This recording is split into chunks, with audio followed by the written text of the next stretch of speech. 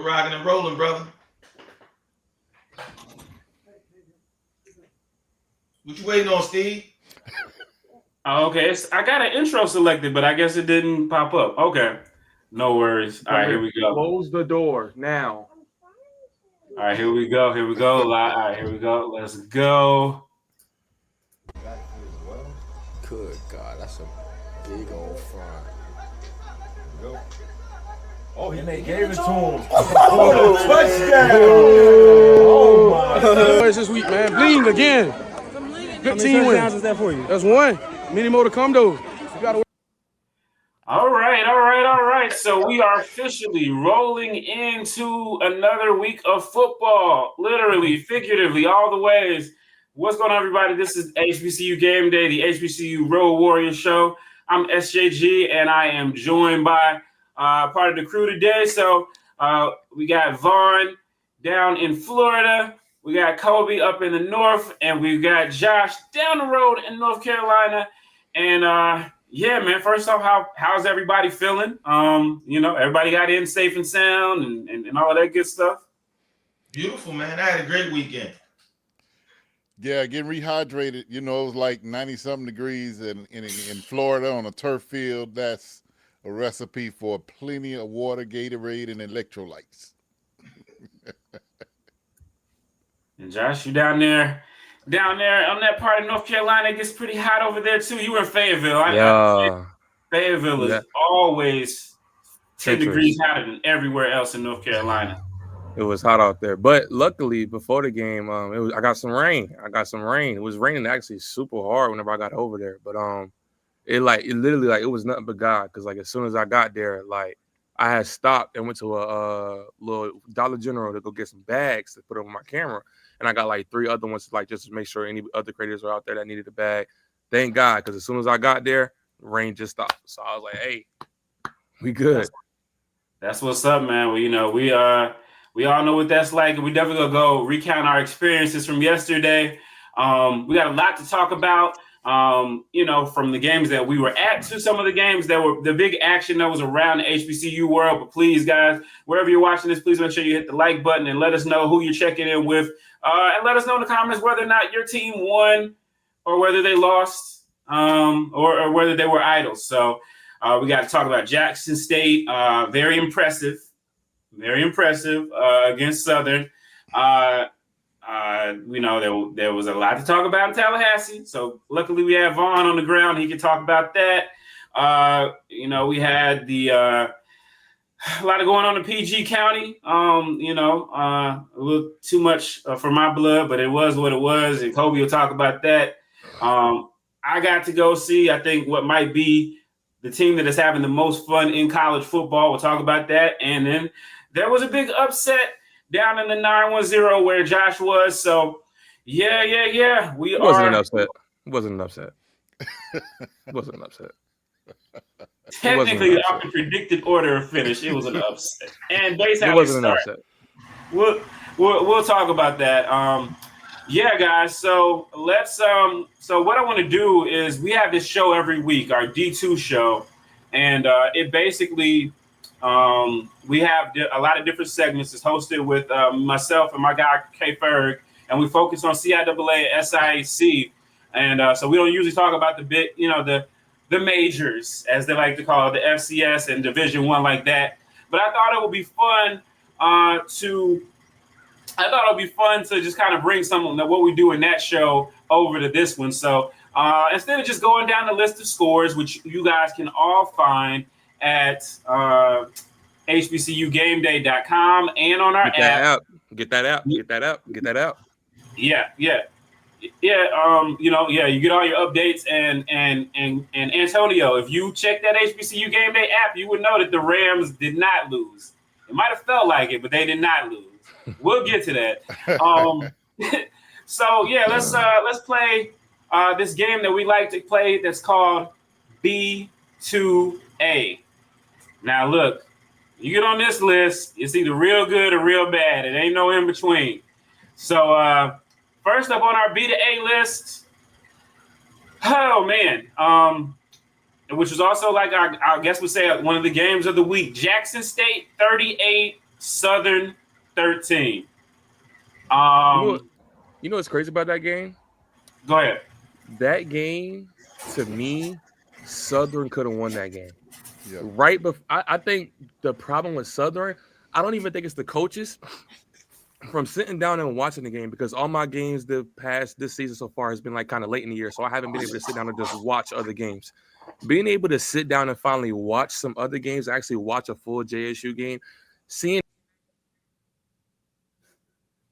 What happened, man? JSU must have cut him out. It's they switched up the interface on it. So Josh, if you could hop back in, they switched up the interface, the solo layout. So yeah. Yeah, so like in the second half they took over. They had a balanced game. Jacobi and Morgan threw for 337 yards, 2 TDs. I mean, they were only held to how many did they score altogether?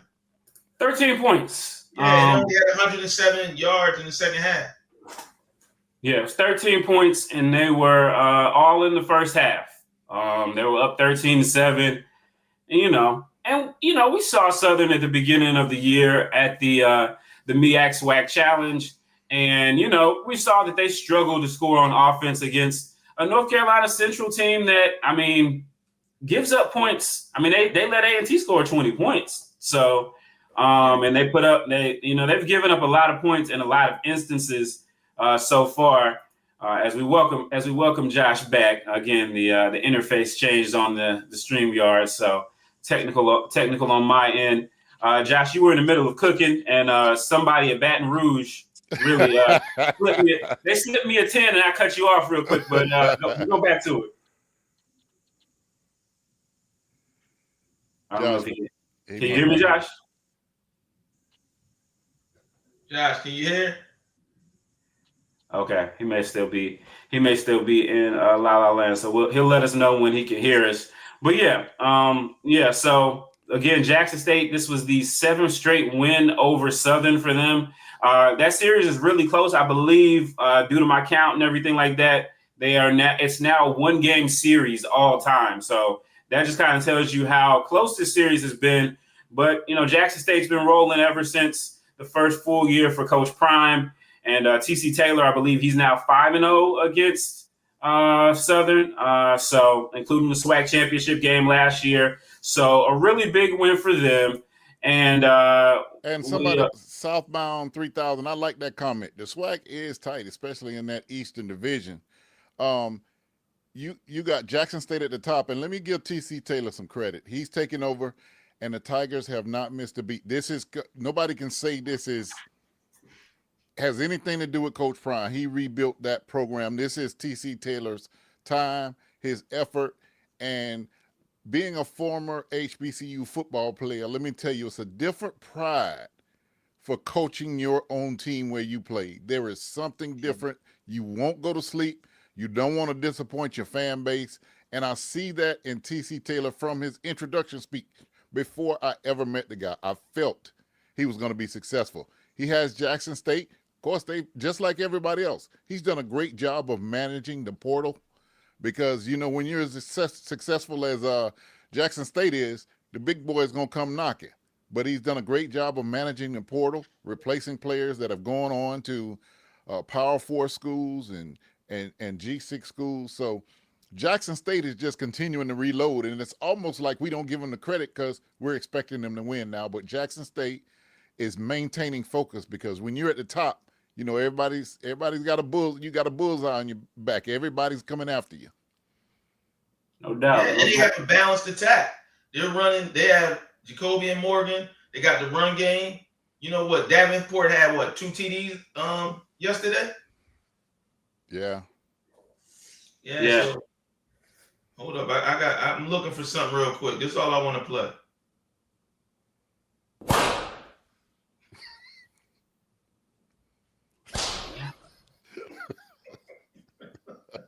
Yeah, they got some problems. They got some problems over there at Southern. It's tough for them. Again, a program that's had a lot of winning specifically at the under the Pete Richardson era, after he left WSSU, he went to Southern. And, they had a lot of success there. Since then, they've only had one title. And, that was back in 2013. So, yeah, man, I just, and I get it. When you're a program that's used to winning, you're used to being out front. And Vaughn, I know you know how this goes. It's like when you start that slide and those years start to tick off, and it gets to be a different feeling. And so obviously the fan base there, not happy. I mean, they just went to the SWAC West, to the SWAC championship game last year. But, again, a program like Southern, it's like going to the championship game is not enough. And so, like we're going to talk about, there's a lot of coaches that are feeling the heat around the HBCU world. And Terrence Graves is certainly one, as Southern is now 1-4 and facing an uphill battle. We're going to talk a little bit more about the SWAC in a little bit, but let's go to our family members who have drifted into other neighborhoods, and that would be Hampton catching a B2A over down the road for me. Hampton fell 41-20 to Elon. Yep. Get the Pirates their licks, man. Yep. Make them walk the plank. So that was a tough one. And then also another team that lives outside the neighborhood, comes to visit every once in a while, Tennessee State. Reggie Barlow and his guys, they took it on the chin, 35-8 against Tennessee Tech. So, they got that early win over North Carolina A&T, and I don't know, y'all. It's going to be a long season, man. So I want to say something about Hampton. Hampton always could count on one thing. No matter how bad they did, they was going to beat Howard. Right? And they got smoked by Howard. It's going to be a long – I thought their quarterback, Isaiah Freeman, love him to death. It's a friend to the show. But Hampton, after that good performance they put against Jackson State, it's been downhill. And I don't know what to say. Because if they couldn't even beat Howard, the CAA is going to be rough goings, Jack. Yeah, man. They I'm gonna tell you, some people say they need to come back to the MEAC. The way they're playing right now, they need to come back to the CIAA. And I don't know, I don't know that they would be in the top 4 there. I'm just gonna be honest. So a lot of work for the Pirates. As they have. Hey, I guess the best news is, guess who they play next week? Norfolk State. Somebody's got to win a D1 game. Somebody's got to win a D1 game. Somebody's got to get a non-CIAA win in the 757. Will it be the Hampton Pirates? Will it be Michael Vick and Norfolk State's Spartans? We don't know. Stay tuned. Appreciate you guys so much for hanging on. Hopefully we'll get Josh back in at some point. He was doing well, and then I lost him.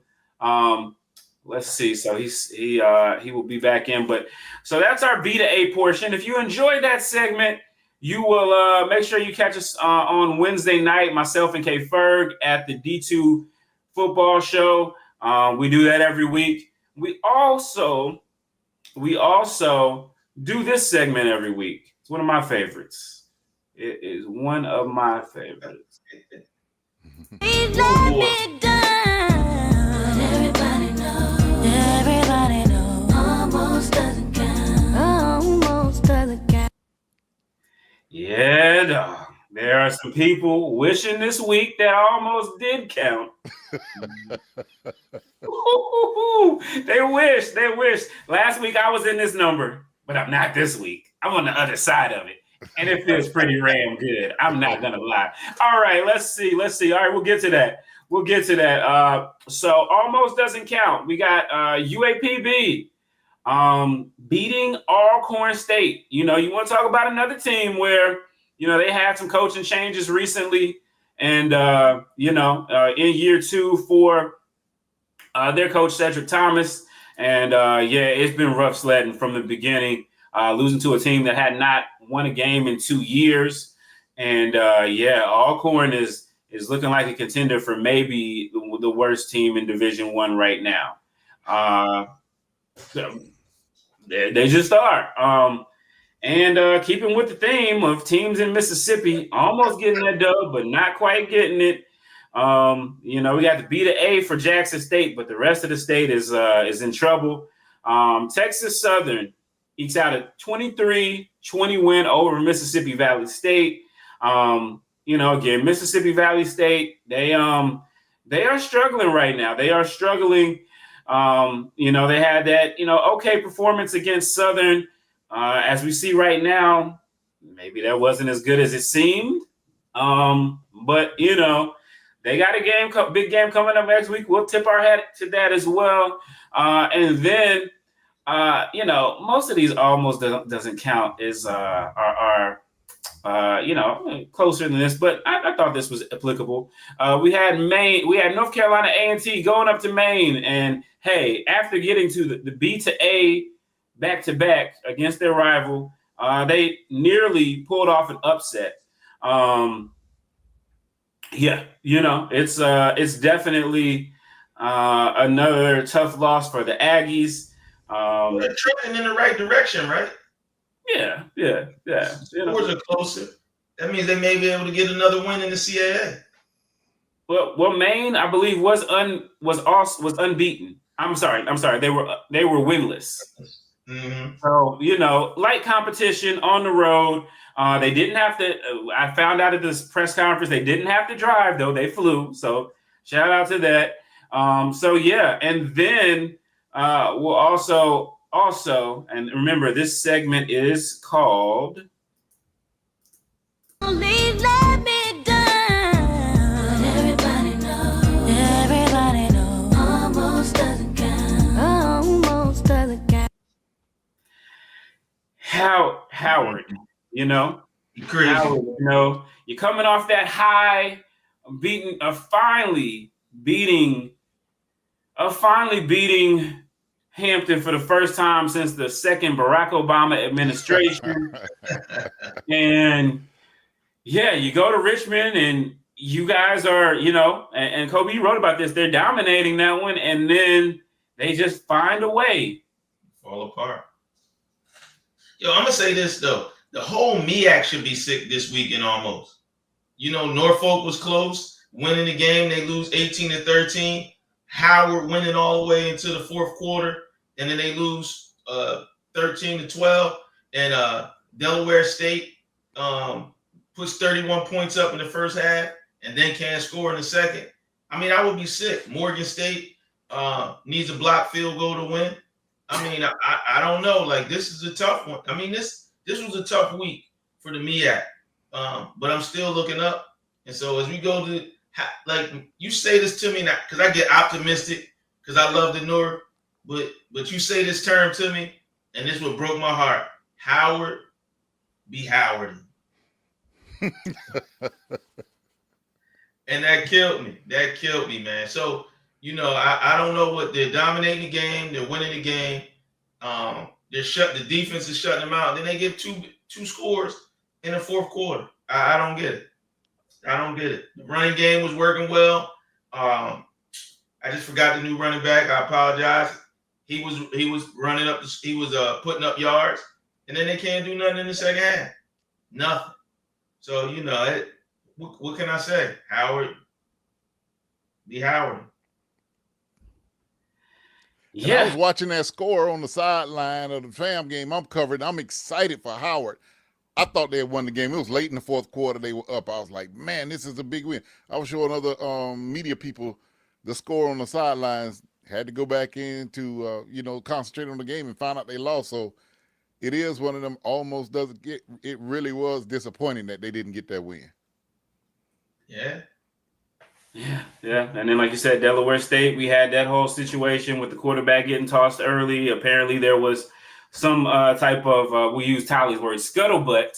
The scuttlebutt is that there was some pregame stuff that went on, and the official said the next the next, one of those fouls gets them kicked out. And unfortunately for a high-fiving. Yo, no, so I call BS. That's not what happened. So Okay, that's partially what happened. So what happened is they were jawing in the beginning of the game, and both teams got an unsportsmanlike penalty. And so they were like, the next one, if any player gets another one, they get thrown out. So when he scored a touchdown, he high-fived the fans. The ref, said he didn't give the ball back fast enough, right? And so to me, I feel like there's some decency policing going on in some of these games with Delaware State, because I've seen them get unsportsmanlike conduct or penalties like that. And it's from talking. It's not even close, and I've been on the sideline, so I didn't hear it. Like, if you've been on a sideline football game, football players curse, talk to each other dirty, everything under the sun almost. As long as they don't touch each other or slurs to an extent get said. So to get all of these unsportsmanlike conduct penalties, especially at away games, is utterly ridiculous. And I'm not going to sit here and blame that all. Yes, they do got to understand where they're playing, but I'm not going to blame that on Coach D-Jack completely. I do believe that there's some questionable calls, but on the opposite side of that, Delaware State should have still scored in the second half. They should have still punched the ball on, and they should have still shut them down. But I'm telling you, if they find a way to play 4 quarters, everybody got to watch out. Okay. Well, yeah, that is some of the things that Coach Jackson talked about at the games that you have been at. That is something that he pointed out. Their second half offense in the game against Bowie State and other games, we've seen it be an issue as well. So I think I did get a chance to see his Instagram, and I think I saw he said something about, he's going to take care of him and his, and everything like that. So, yeah, well, this is kind of the general thoughts,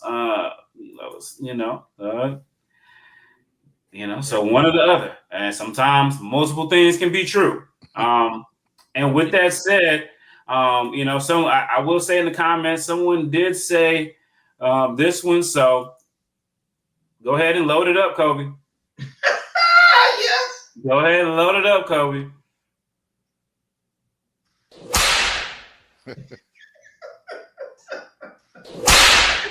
It's a snake. You got to hit it a couple times. There we go. All right. So, all right. Let's pull up the highlights, and then we'll go from there. We got Alabama State at FAMU. Let's go.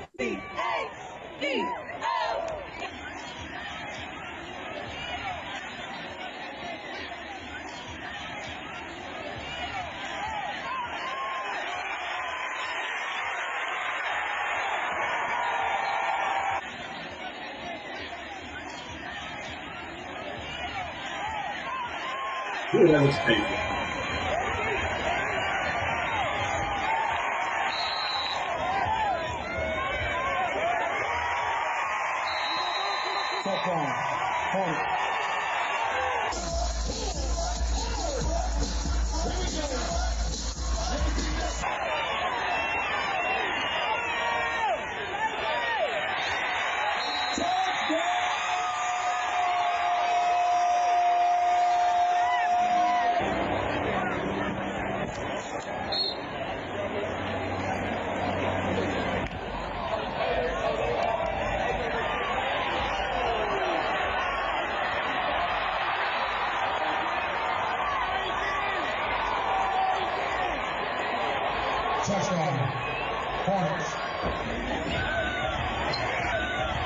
They just keep scoring.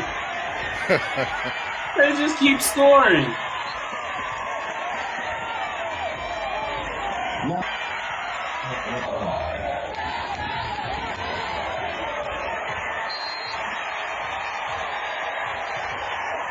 Strong run, number 26.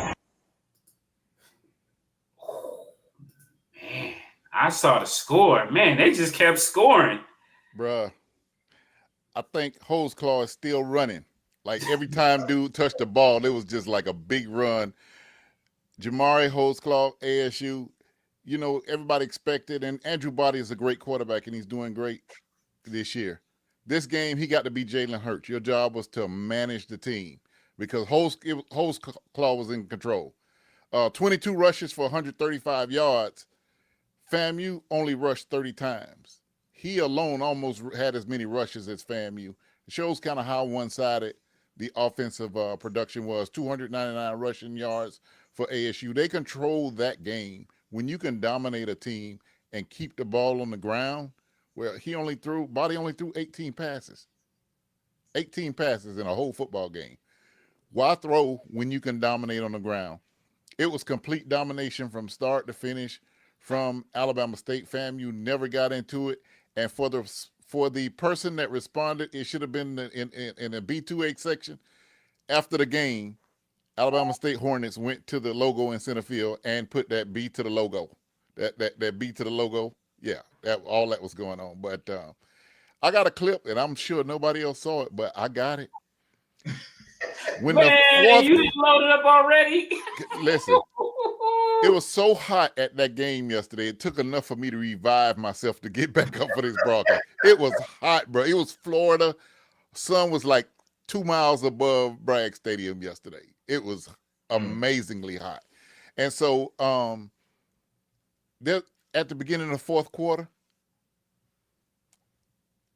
they were dancing, the whole team. And I think it looked like the coaches were encouraging them because they knew they had it. They had the energy.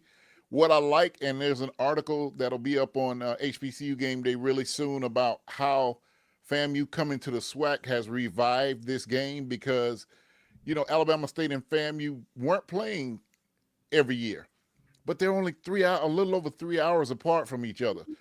There were so many people from Alabama State at this game, so many people at FAMU that went to Alabama State last year to help them set the record for that stadium during the homecoming. There was over 33,000 people there.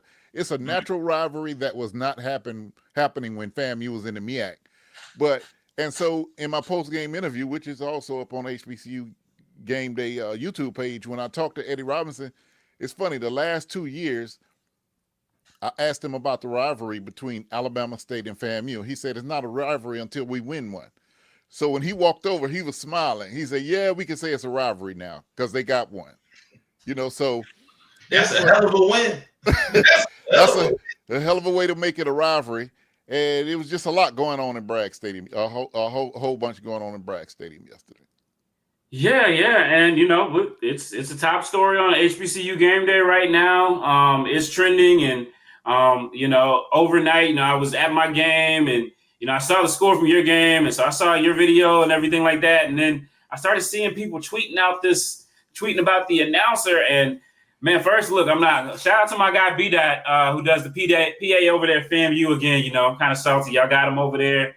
We miss him over in Ram Country, but he does a great job. I was like, man, I know this wouldn't be that. I know this wouldn't be that. I noticed, and it was, and then I was like, okay, I was like, this is bad that they said this, but I'm like, please don't let it be that. So shout out to my guy B-Dot. He did not. This was the band announcer because I know, you know, most time people have different band announcers. So you know, the Alabama State, they bring the honeybees. Well, you know, Vaughn, I'll let you talk. You were there, so okay. So it's already contention. I mean, this rivalry really just restarted, but it kicked right back up to the top level of banter going on. Alabama State band went first. Honeybees closed the show right before they go off, and then FAMU's announcer makes the statement that he made that I don't even want to repeat because I don't want that. I don't even want to. We don't need to repeat it. Yeah, you can go read about it on HBCUGameDay.com, but we don't need to repeat it. But yeah. And so they made the statement, and to be honest, it was a hush over the crowd. It was like, it wasn't a cheer. It was a hush, and then followed by some boos and some really odd reaction in the crowd. It was not celebrated. I'll just put it that way. It wasn't celebrated. Right.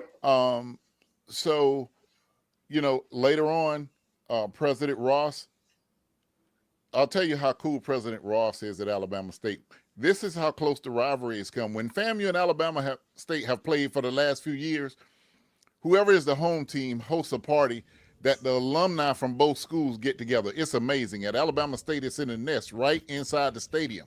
Just the most amazing HBCU experience where we do what we should do as HBCUs and unify. So Dr. Ross was just at a party with FAMU alumni Friday night, chilling, everybody in a great mood or whatever. And then this happened and he's forced to make a response. And he's forced to, he did what he had to. And FAMU President Marva Johnson did what she had. They had to uphold their institutions, take responsibility for their institutions. We have not heard from any other ramifications, what those are. But both of the presidents did what they had to do. If you're leading an institution, you have to stand on that university's brand. You have to protect your student athletes and students, period, at all costs. So I applaud both of them for being quick with their responses and letting them know on Alabama State side, this is not acceptable. On FAMU side, this is not acceptable and it will be dealt with. Yeah, I think it was a really great example of the leaders for both schools stepping out. Again, you were at the game. I wasn't there, but I saw this comment. Well, I saw the letter first, and then after that, I'm like, okay, well, what is this about? Because I was like, this is something we obviously, is for the president of a university to not only make the statement, but to make it before the night ended. It was something that was obviously something serious, and we've covered the honeybees, several times, not only just videoing them, but Tali had a great interview with them a couple years back as well. So, we know that the admiration and respect that they get, not only at Alabama State, but also in the entire HBCU world, and also even beyond that, people who don't know HBCUs, but they see full figure young women being able to, do what they love to do in a body positive way for sure. And it just translates. So, I got a chance to, I saw that the first letter, I found out what it was. So I'm still writing about that. And then, credit to FAMU President Marva Johnson's, her team, and they're getting their response up fairly quickly afterwards. I had written the stories like 1 a.m., me and Vaughn are messaging back and forth, talking about it. And then the next thing I see that there's a response from Marva Johnson over at FAMU and the president there. And, she condemned the action and,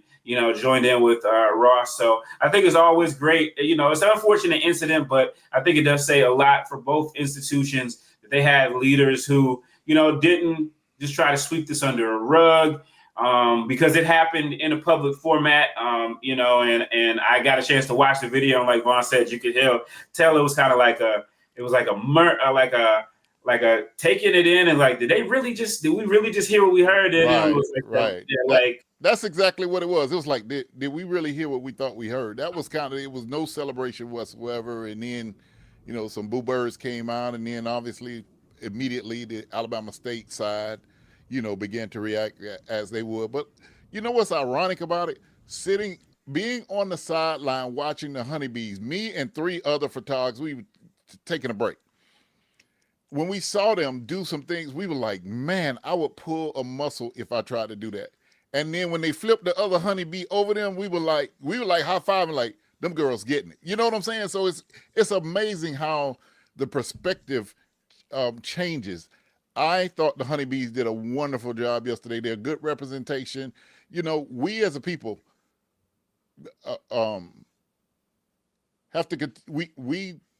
have to be extra in accepting everyone that we can of our people, because we're discounted in so many other forums. We can't discount any of our people. So to see those young ladies out there, I'd applaud them for their performance. It was hot. It was 90-something degrees out on there. So they're doing all of this, doing all that performing out there. And I hope all of this comes to a conclusion really soon.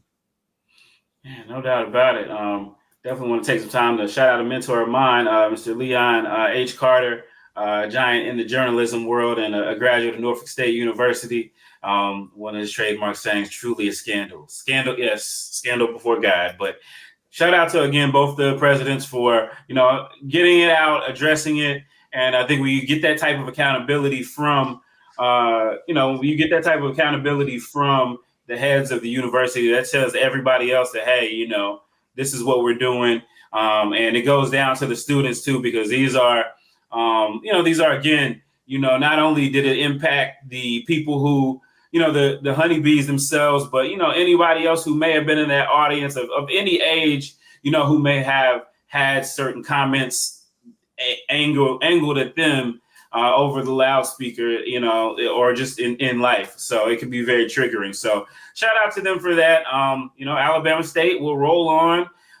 The Rattlers will, try to lick their wounds. I think, Coach Colsey, in year 2, I think he was pretty transparent. He was like, we'll get it. I think the quote I read, and I don't know, Vaughn, if you heard this, but I think the quote that I read was, "We'll get it together. If not, my ass will be gone." Was the quote that I got from, I think, the Tallahassee.com. So well, digging into Coach Colsey, when Willie Simmons left, people felt that Willie built the program and built a blueprint, and Colsey was there for that blueprint.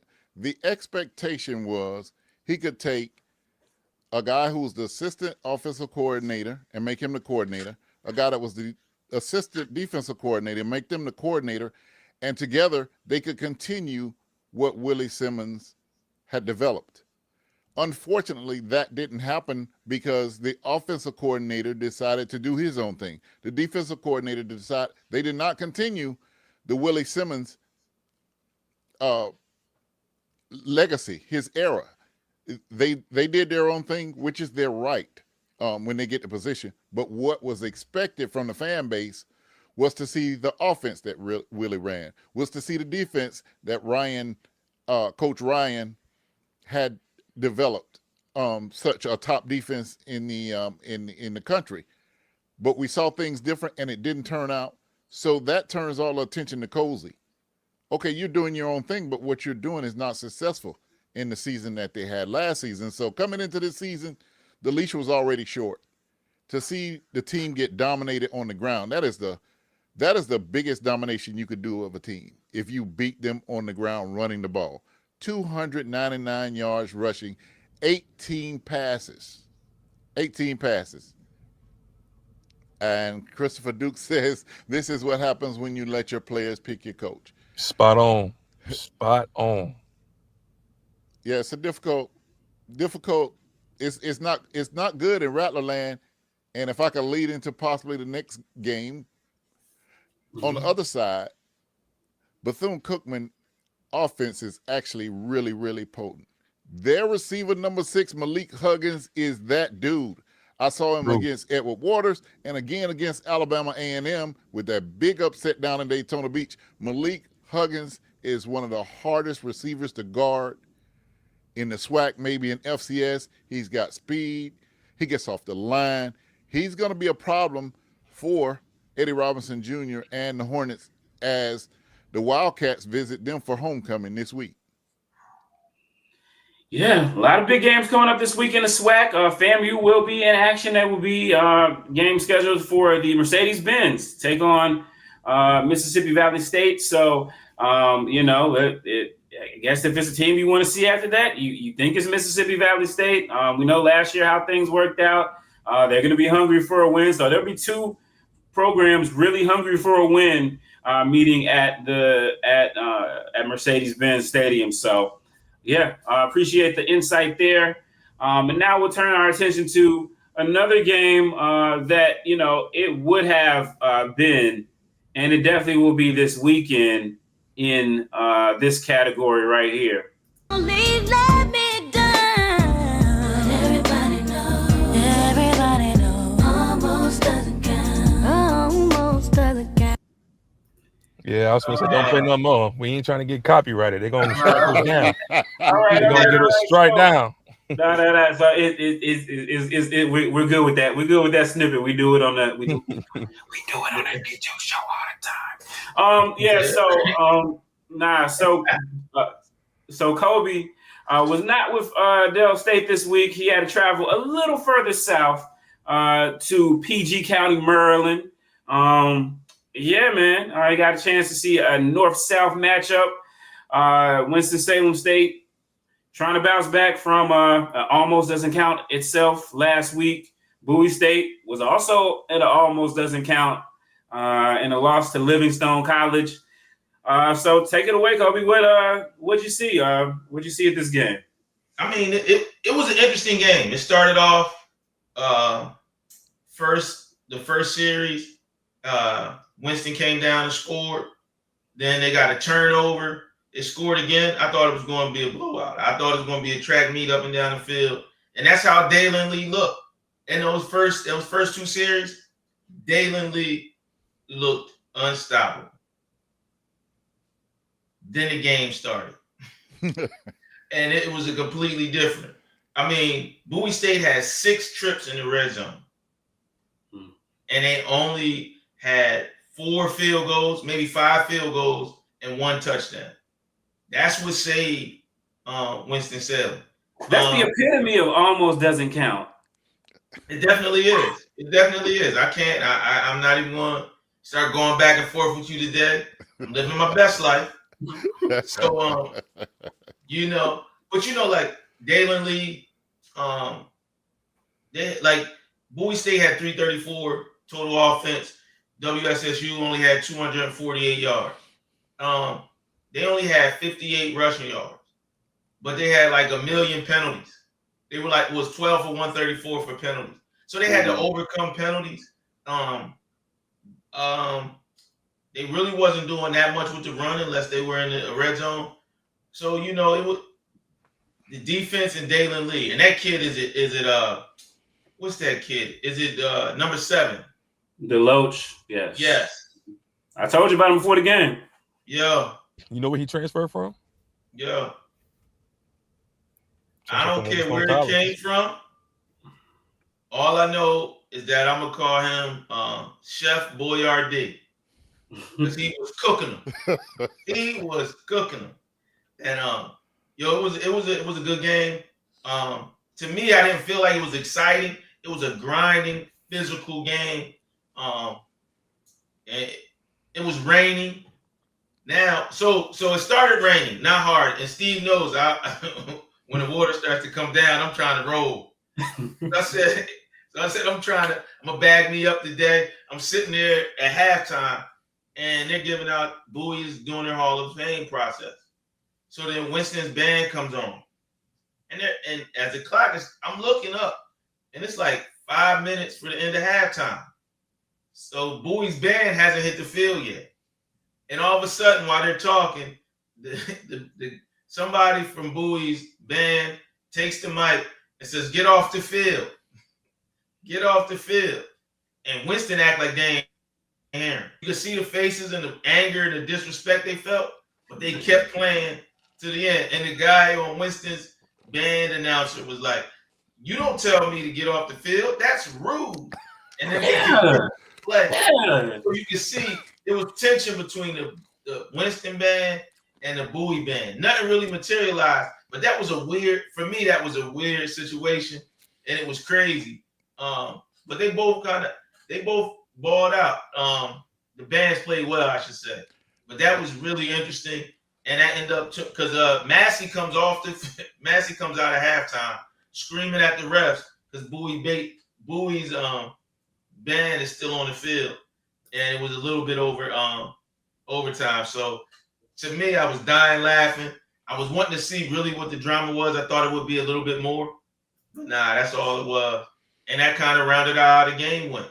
No matter what Bowie did, or no matter how close they came, they just couldn't pull it out at the end. They just could not punch it in. They even drove near the end of the game and still couldn't do much. So it was what it was. Almost didn't count. Ooh. Yeah, man. Nah, it's first off, yeah, shout out to the Red Sea of Sound, man. They thought they was gonna get up there in Maryland and punk us around because we nice. We're really nice. Man, people don't like us, but we really are nice. All 10 of y'all in the band is definitely nice. We really nice, but we wasn't having it. So shout out to the band direct. But I will say they did have a viewing party for WSSU. I went there before I went to my game, and you said that, but yeah, as a WSSU alumnus and someone who cares about the football team, yeah, it was like they just kept trying. Like I think, and both teams should leave that game frustrated. Bowie State because they couldn't They had those opportunities and they couldn't punch it in, and they basically handed Winston 2 early touchdowns. And Winston should be upset because if they don't have those penalties, how much more potent could their offense have been? So they rely on Winston relies on the big plays a lot. It happened again because they usually find a way to have penalties and play these mental games. So they got the win this week. I'm sure they'll take the W, but there's a lot. It's just anxiety every week. Even if they when can't control the ball next week, it's going to be a long, long day. You said what? Long day. You said what? If they can't control the ball and get into a track meet or slow the game down, it's definitely going to be a long day for them. Because they play Virginia Union, am I right? Yeah. You say Virginia Union, and I think of Curtis Allen, bro. Nah, Curtis Allen is coming for sure. But I think that game, honestly, to me, you got the 2 best offensive players in the CIAA. I don't care what anybody says. You got Curtis Allen and you got Dalen Lee, and a quarterback and a receiver. Curtis Allen went for 208 or 200 plus again. I think he's got 676 yards. In 10 touchdowns in 4 games. Let me tell you what respect is. Let me tell you what respect is for Virginia Union. Virginia Union has such high respect from the voters in the AFCA that last week, after losing to Bethune-Cookman, Edward Waters got a vote, their first ever vote, because they look back at the victory against Virginia Union. That's Edward Waters for beating them, but it's more the fact that Virginia Union has that respect. So I expect them to even get Edward Waters to even get more votes this week because Virginia Union is continuing to roll. It's going to be a great game. I think that's going to be one of the games I'm going to be keying in on, and I really want to see. Virginia Union. It's going to be a blowout. I'm going to tell you right now. Listen, if Bowie can put over 100 yards rushing on you, and remember, they still got Trayvon Tinsley. They got 2 other backs. So if they don't figure it out and Dalen Lee doesn't put up 1 million yards, it could be a long day. I'm gonna tell you this right now. It could also be a long day for Virginia Union because we saw in that Edward Waters game, they'll give up some passing yards. And the Rams not got the receivers to make them pay. You tell me, Kobe. Massey got to pass the ball. Now, so Massey. But hey, it's you. I want everybody in Winston to know it's Kobe that said this, not me. I'm gonna say this though. Kobe said this, not me. I'm gonna say this though. The difference in the game is going to be, can Winston establish the run? Because if Virginia Union can get them to 3rd and medium, 3rd and long, and just tee off on Dalen Lee all day, is like Dalen Lee can do that. He can throw the ball downfield and make that offense. But if they cannot run the ball and if they can just tee off on all game, it's going to be he's going to have to throw for over 400 yards for them to win that game. And I just don't see it happening. Yeah, the run game, he had 333 against Virginia State. The run game has been inconsistent for WSSU. Even though they love to run, it has been inconsistent. So, we'll see. It's going to be interesting. They're trying to get me to pull my hair out already. These are two teams that also rack up a whole lot of penalties. So the smarter team and the most composed team may come out of this on top. I think it's got the recipe to be a really good game, and a game at the end that So we'll see. I want to know what you're putting in the recipe. What's that? Because if you can't establish the run versus Bowie, what you? No disrespect to Bowie. Virginia Union don't gotta play pass defense against Dalen Lee in the passing game. They do, but like Josh said, if they get 3rd and long, that changes the game. Because a lot of the game Saturday with Bowie, they was in third and medium, third and management, to where they had to respect the run, they had to respect the play action. If they stopped the run and they stopped the run, and if you just said that Winston doesn't have a consistent run game, if they could just tee off on Dalen all game, even though he's a great player, you don't want that to be all game. You want to at least be the multi-dimensional on offense. You don't want to be one-dimensional and just be passing the ball all game. Not saying that they cannot do it. Like, I believe in Dalen. I've been covering Dalen since he was a freshman, but I don't know if you can do that versus Virginia Union, who's going to want to run the ball, who's going to want to control the clock, who's going to want to keep him off the field, because that's another aspect of the game as well. They're going to run the ball. They're going to hold the ball for a long time. They're going to win the time of possession battle more than likely. So it's going to be about how many drives will Dalen have in that game to take that offense down the field and score. And it's going to be about putting the ball in the end zone and not getting field goals. Those are going to be the key things in my perspective on how Winston can win. Did you mention special teams in Winston-Salem? I was getting there. I'm just saying. I was getting there. I know you thought the North was going to win, but you know. All right. Nah, we'll see. Now we'll talk more, but trust me, we'll talk about this game on the D2 show for sure this week. So we come on at 7:30. We may have a special guest as well. So let's move forward.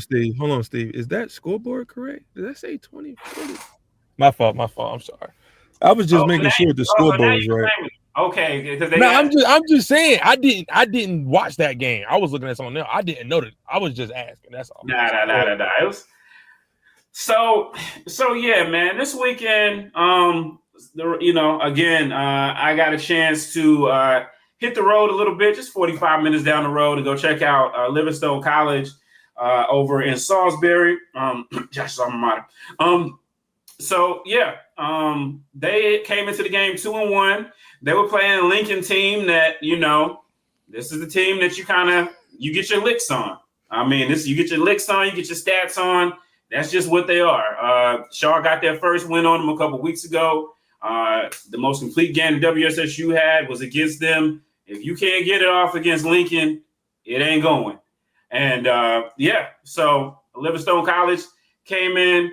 And, I feel like these guys I feel like I can make this statement. Nobody in college football, not even in the CIAA, not even in HBCU football, are having more fun this season than the Livingstone College Blue Bears. Here's what we got from their 31-7. This was also a B2A. Against Lincoln. So let's roll with it. Big old front. Oh, and they gave it to him. Touchdown! Oh my God. This week, man. Bling again. 15 wins. Is that for you? That's one. Many more to come, though. You got to worry about really piss a goose head, but I ain't going to say too much, though. Yeah, so that was defensive tackle, 6'2", 350. Chris Jones, I believe is his name, put an exclamation point on the 350. On the beat. 350. That's what it is. That's what it's listed as. If he's 6'2", ain't no way on earth he 320. 350, bro. I'm just saying. So they were up 24-0, and he was the exclamation point. Let's continue a little bit, and we'll hear from Coach Sean Gilbert, former NFL player, who is the head coach over there.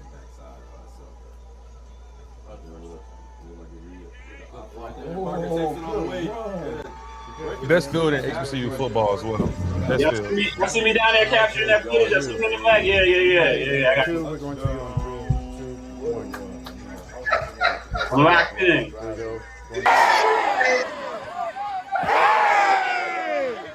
Nobody is having more fun than these guys. Ain't nothing changed. You even got a coach getting in on it. He's a Ram. But he's there. Big win over here, 31-7 over Lincoln University. This is win 3 in a row for you guys. Just talk about today and how you guys were able to execute and get out of here with a sizable win. Well, I mean, just grind for the win. But like I said, earlier, that we working still on the execution part. we just can be a little bit more consistent, and it is not so much the calls as it is our guys settling in and just being patient with the play calls that we have. Yeah, no doubt about it.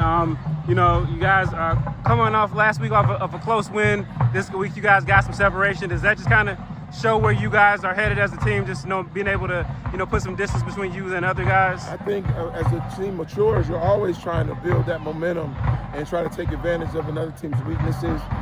We go into every week with the expectation that that team can compete with us. When we watch guys on film, we don't see let down, we don't see give up, and we know that we can't afford, and we're not mature enough in that sense to go into any game and think it's given to us. So our mentality is always, you know, we have to grind for everything that we get. Yeah, your number one got the touchdown for you at the end. Is that like a new special package? Is that something you work on in practice, or just how did that come about? Know, Coach, man, he wanted to put it in the change up and get the big package. We put Dave in as a blocker, but you know, through the week, you know, I wasn't for it at first, and then when I saw him doing it during the week, I said, you know, it probably can happen. You know, he hit that football all up the side right there. You don't even know he got it. So, I mean, it worked out, man. He took off up in there. And they played good today, man. He hustled to the football. Big guy, man, and he moves around, man. He's finding his rhythm and everything right now, too. I'm proud of our guys for the effort they put in, and I'm just grateful to them for what they give us.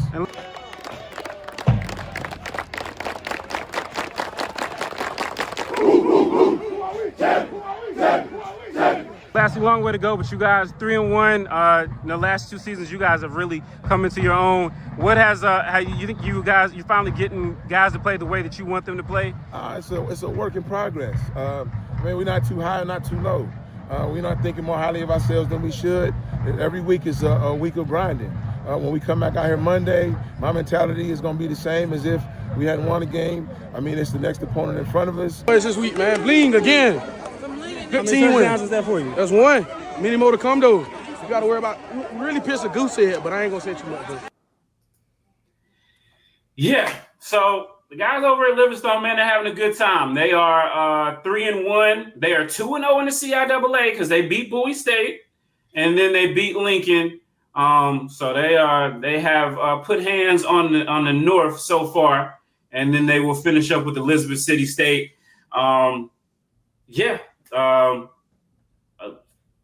Thoughts, Josh?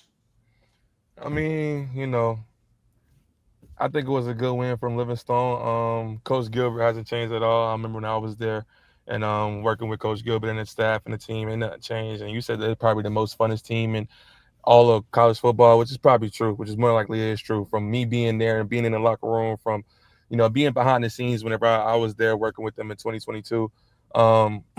It's just like the backflipping and stuff like that. That was an everyday thing. And I'm just happy to see it later on down the road, like the tradition still going on, like no matter, you know, how many of the wins or the losses, like them guys still being themselves and having fun. Because a lot of people don't know, but like Livingstone, it's not one of the better schools out of the rest of the schools in the CIAA, you know, but, you know, I'm glad that Coach Gilbert has had the kids out there bought in and trying to get the kids to, you know, turn the program around, because Livingstone hasn't always been at the top of the CI as they are currently, you know, so being able to see them at the top of the CI is a good feeling. So I'm glad to see my Blue Bears go out there and get a dub. Absorb it, because it won't be for long. I know. I hope it stays. I hope it stays. I hope it stays. I hope it stays. From a Blue Bear alum myself, I would love to see the football program do good. Just because whenever we was in school, everybody used to talk trash. I remember going to the games, filming, working hard. The games would be so dead. You could hear the play count. You could hear the plays calling in. Like, it used to be so dead. But now seeing the fans actually enjoying it. I still follow some people that go to the school to this day.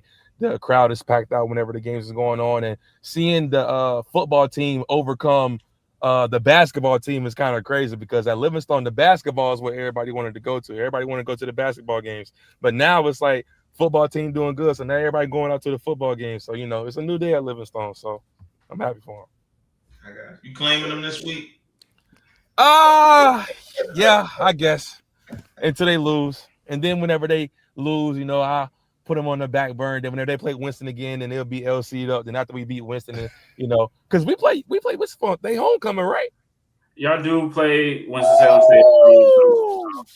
Oh, that's gonna be good, boy. Hey, I don't know what game I got that week, but I'm gonna have to That's gonna be good. We love coming to Winston for their homecoming, even if it wasn't their homecoming. After the game that we would have on that day, we were still gonna come to Winston and celebrate for their homecoming. So it's like we was gonna be there regardless. Like I remember whenever we played Winston for their homecoming, I think it was 2020. I think it was 2022, wasn't it? I think it was 2022. Yeah, I mean, we played y'all a lot for homecoming. Yeah, actually, a couple of times. Probably the last time. Yeah, but I'll never forget. It was setting up the win for homecoming. No, it wasn't 22 because we played y'all on the blue turf. Like I said last week on the video, like I told Clarence from Breaking Down the Bulldogs, strange things happen on that blue turf.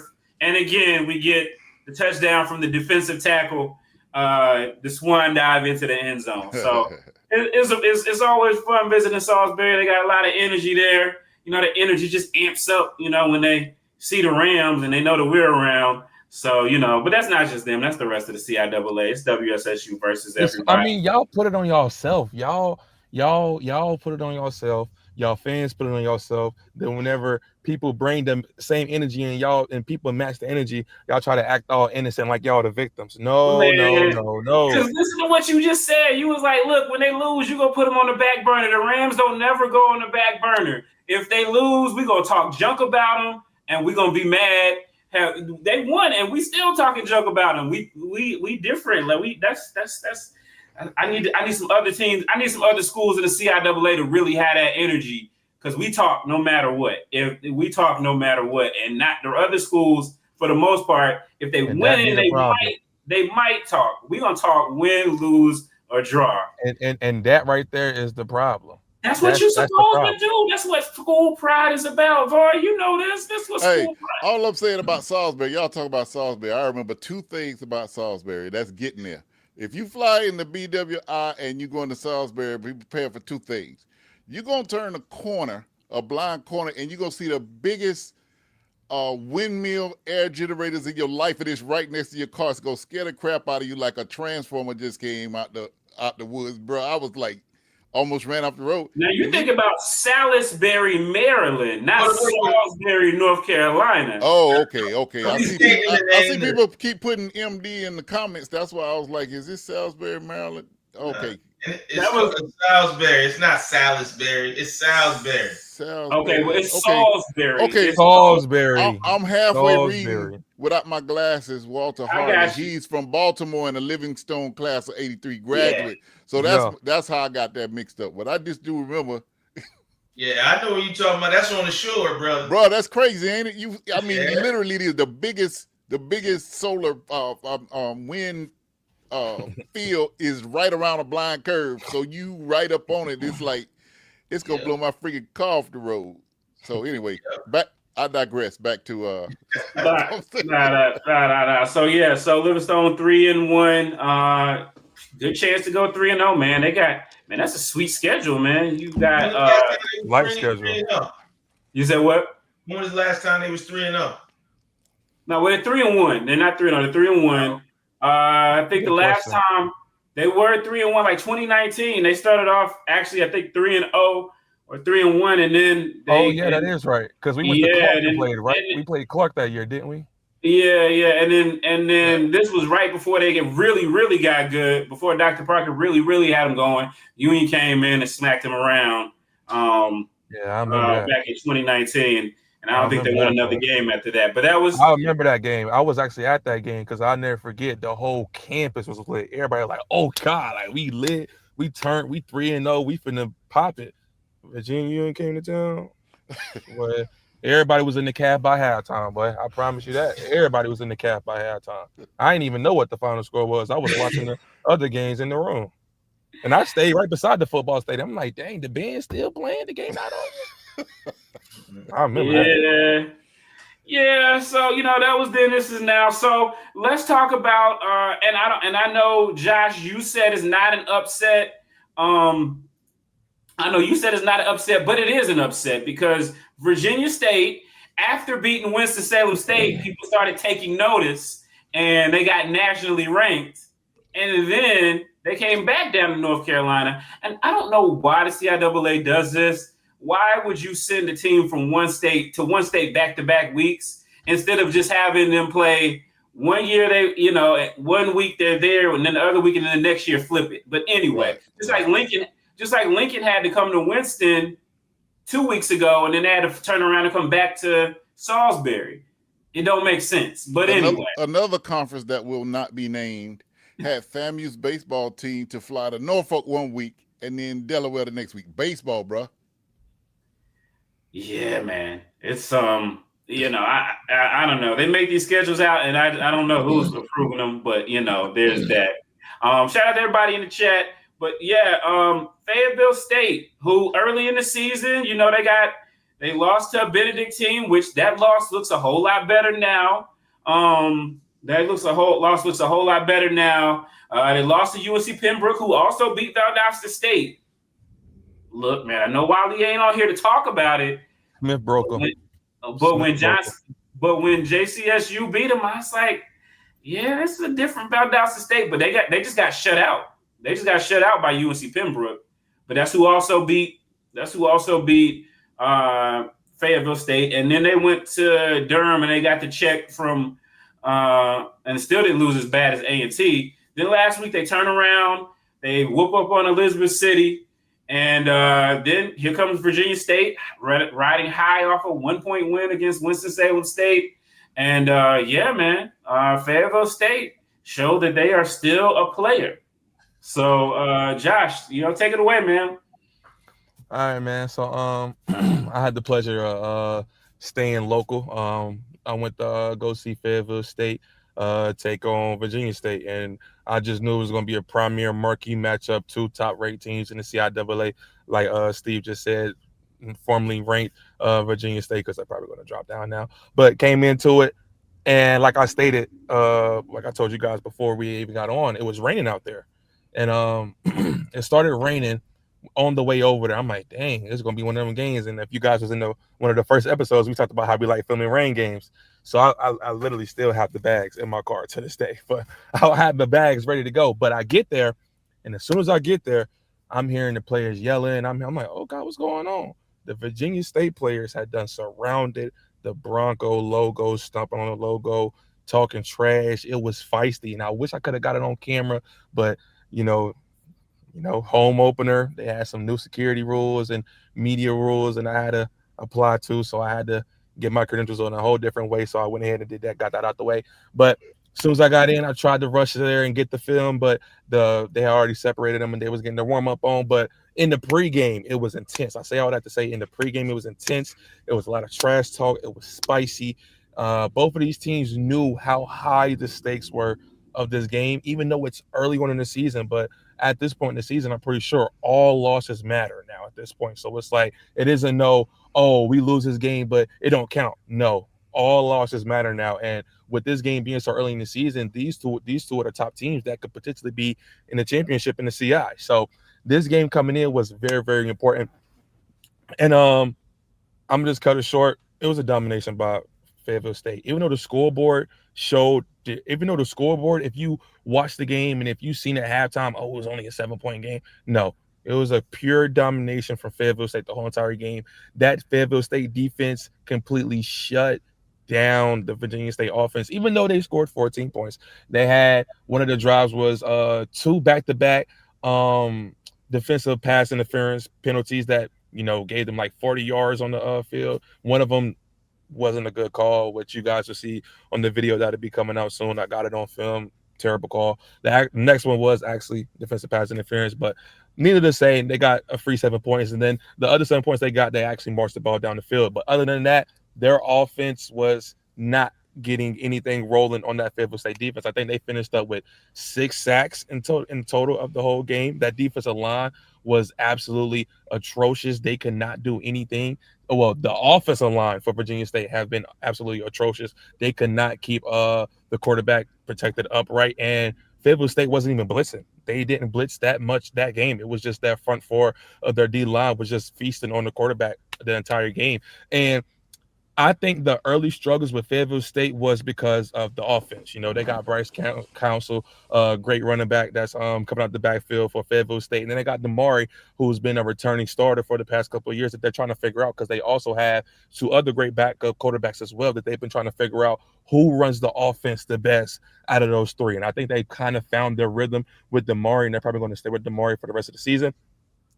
But Damari has ran that offense to a T, even though he came out early and threw 2 interceptions back-to-back in the red zone in the first half.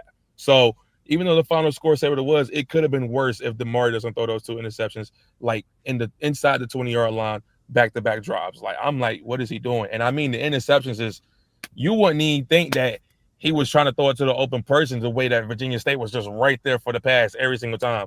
So I say all that to say this Fayetteville State team looks like a true contender if they can keep this offense humming the way that it's humming. If they can keep feeding Bryce Council the ball, if they can keep Damari spreading it to the offensive weapons they have on the outside, that Fayetteville State defense is going to feast, and they're going to attack every single offense with the same intensity, physicality. I've been to A&T, I've been to Tennessee State, I've been to Norfolk, I've been to Watch Central.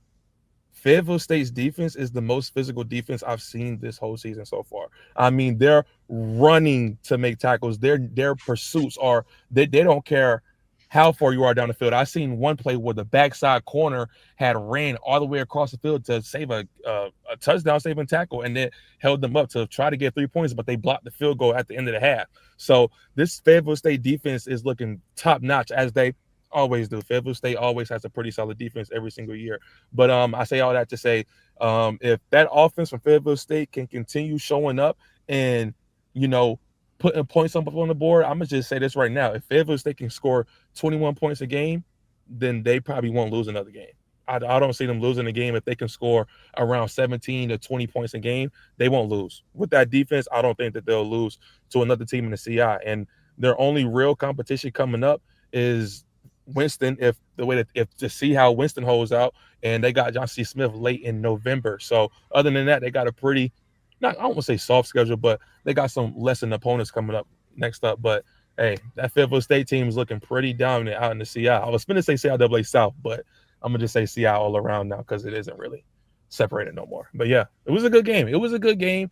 But man, that Fayetteville State defense, man, they're physical. They're a great group. They're a great unit. Yeah, I'm looking at the numbers, and I just saw Virginia State last week in Winston. One of the things that killed Winston against them, and Fayetteville State did a much better job of, was keeping Rashawn Matthews Jr. From using his legs. Yes. Coach even talked about that after the game. He said one of the key factors on the game was make sure it's containing him, because he watched the footage. He said he went back and watched the footage of him versus Norfolk. He said the Norfolk game is the footage that he really watched, because he seen how alive that he was able to keep Virginia State in the game with Norfolk. So he was like, that Norfolk State film like showed me a lot, because he was like, it put him on notice, like, hey, let's contain him. And then a lot, like I said, they didn't blitz a lot because they were nervous about him breaking a sack and breaking contain and throwing the ball deep down the field like he had been doing to other teams like Norfolk and Winston. So yeah, man. Yeah, he had 85 yards. He had 85 yards the week before. He had 14 yards. I'm sorry, he gained 14 yards on 11 attempts, but he also, I'm guessing with sacks, he had -2. So yeah, they did a great job of containing him. I mean, they threw the ball 42 times. And Fayetteville State did a much better job defending the run than they did the week before against Winston-Salem State. So, man, they, really, I see what you're saying from that defense. So something to watch out for. I do see the picks. It's just really it's just going to be really interesting to see CIAA now that we have got to this point where there's no more North and South. You've got Winston has lost 1, Virginia State has lost 1, and both of those teams were picked in the top 5. I think VSU was picked 3rd, maybe. Predicted to finish. Yeah. They were 3rd. Union was lost 1 now. Yes. So Smith, Virginia State, Winston, they have all lost 1 now. You got Union. They're 1-0, and so there's a lot to be left. You know, and then of course after this is the last week of the crossover play, so Fayetteville's got to go to Bowie, I believe. Yeah, they go to Bowie this week because they was very loud about that. They said they got some belts ready for. They said they got some special belts made for Bowie. y'all see it. I put it in the video that'll be dropping soon. They said we got some special belts for Bowie. They said they got some. So Kobe, I don't know if you're going to the game, but I'm just letting you know what they said. They said we got some special belts for Bowie. Yeah, well, that's gonna be interesting. Now you got me thinking. Well, I mean, of course they should have smoke for Bowie. You know, Fayetteville want to say that they're our rival, but they're the ones that's been beating them in the championship. You know, all of those years. Yeah. And I think last year I can't remember who won last year, but yeah, that'll be interesting. Again, you got Virginia Union coming down to Winston, and then Smith plays. I forget who Smith plays. I think they get a cup. Oh, they played Virginia State. Yeah, so it's gonna be a crazy weekend in the CIAA this next week. You know, all eyes there. Of course, you know, our friends over in the SIC, we're going to have that show coming up this week. And before we get out of here, we'll just give you guys just a really quick preview of what is going to be going on this week. Thank you for everybody that's in the chat, though. We definitely appreciate you, Walter Harley, Ronald Hunt, Blue Devil G, Kim Spears, Antonio Davis. Yeah, man, that Fayetteville State, Winston-Salem State game might be interesting at the end of the year. Let's see, Miss Faye, Mr. Jackson, Mary, Sergeant Leon Carter, just everybody who came in today. We were a little bit late. I had some daddy duty, but appreciate y'all for coming on. And then lastly, we're going to look forward to next week, and then we're going to bid you guys farewell, adieu. All right, and I am on the HBCU Game Day app. If you get that the out, entire football season is right there at the top of the thing. So we got Central State, Fort Valley State. We got Dell State taking on Monmouth. So maybe that's where Kobe will be next week. We got Morgan taking on Georgetown. Yeah. Okay. Yeah, they're struggling. I don't know, man. They're struggling. All right, we got Virginia Union coming to the Trefo. I will be at that. We got Livingstone taking on Elizabeth City State. We got Fayetteville State, Bowie State, as we said. Shaw versus Bluefield State. Another chance for Shaw to get a win. They should. Yeah, Savannah State playing up against South Carolina State. South Carolina State looking to get their face back after a tough loss. I think that's where I will be. I think I'll be out there for that one. Benedict and man, that's gonna be a bloodbath, bro. You might need to go to Winston, man. Think so? Yeah, man. That's gonna be Savannah State. I mean, unless you just try to get footage on South Carolina State, they can score 80 on them boys. Allen and Benedict is this early already? Okay.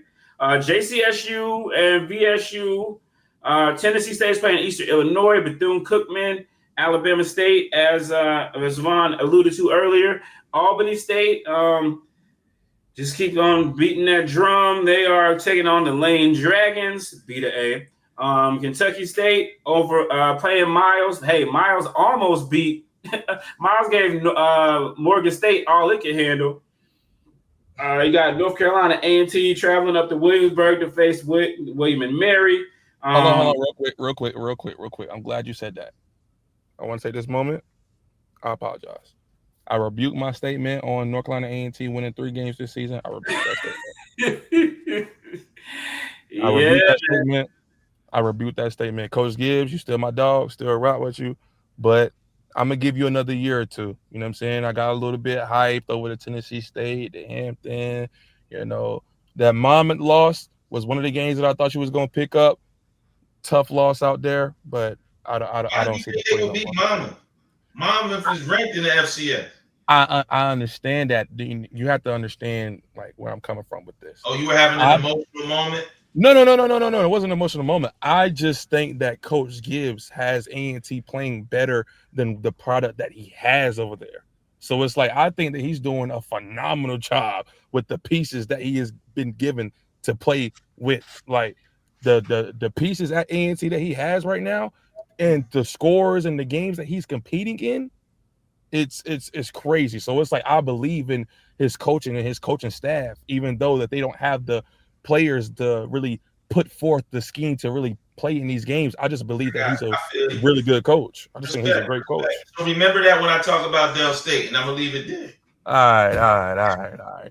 Now Dell State to the MEAC. I mean, Dell State to win the MEAC. Let's end the show. All right. You got Prairie View, Alcorn State. Alcorn State desperately needs a win at home. Norfolk State versus Hampton. Hey, somebody's got to win. That's somebody's got to win game. FAMU back against the wall against Mississippi Valley in schedule for the Mercedes-Benz. Jackson State takes on Alabama A&M. Interesting. Jackson State is rolling right now. Alabama A&M got a little bit of they've been doing a little too much bottom feeding and fell off. Tuskegee Morehouse. Tuskegee Morehouse Classic. We got UAPB versus Texas Southern in Houston. So a lot of great matchups to watch, but no matter what happens, make sure you guys keep it here to HBCU Game Day. Please make sure you guys go ahead and download the HBCU Game Day app. Hey, Steve. Make sure that we're going to do a whole show and not mention Trey Oliver. We don't want that smoke. They scored 112 points in the last 2 games. I am going on record that I'm mentioning North Carolina Central. I know they got a bye week, but those jokers have scored 112 points in the last 2 weeks. That deserves at least a mention. I know they're off this week, and we kind of looking forward. But shots out to North Carolina Central. They are rolling again, and we're not on home team. Yeah, we don't get to be on the Division II show, but shout out to Quinn Gray because he got them Albany State Golden Rams rolling. Man, put them Bulls down, bro. Put them Bulls down, man. Home team. See, man, I ain't with all of that. It's one. I ain't with all of that. But anyway, they congratulations. They won and they put up some points. Great week coming up. Make sure you guys are downloading the podcast. It comes on Spotify and Apple. Because we put a lot of hard work in there, and we have all of our shows are on there as well. We got the Teddy Keaton show that'll be coming up soon. We got we'll come up on Mondays or Tuesdays. Check out the listens, but look for it Monday at 7. We also got the SIAC show with Sly and Jamie as part of our D2 Wednesdays. They got to keep it going now that they done got me started with it. Now they got to keep it going. And I done spent the time and made cutouts of their faces and got music. They gonna keep that going. That's gonna be on Wednesday, as well as me and Chris, the D2 show. And then of course you've got Tolly and Simone and Wilton. Where will he be? We don't know, but the great podcast that they put up really diving into the FCS ranks after we have broken down and dissected Division II. So everything that you want in HBCU sports is right here, right on HBCU Game Day. And download that app, all the scores. You don't need to go anywhere else. Just come on down. All right, guys. We will be getting out of here, and the Road Warriors are out. Until the next one, peace.